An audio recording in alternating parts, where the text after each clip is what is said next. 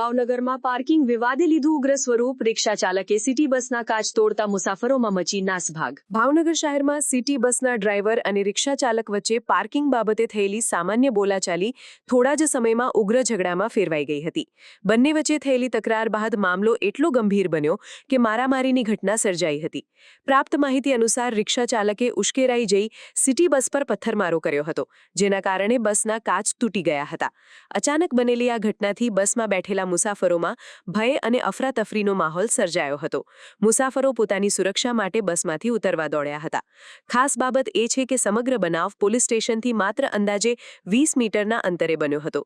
Police સ્ટેશનની નજીક જ આવી હિંસક ઘટના બનતા શહેરની કાયદો અને વ્યવસ્થા અંગે લોકોમાં અનેક સવાલો ઊભા થયા છે। ઘટનાની જાણ થતાં પોલીસ તાત્કાલિક સ્થળ પર પહોંચી હતી અને મામલો શાંત પાડવાનો પ્રયાસ કર્યો હતો। હાલ પોલીસે સમગ્ર ઘટનાની તપાસ હાથ ધરી આગળની કાર્યવાહી શરૂ કરી છે।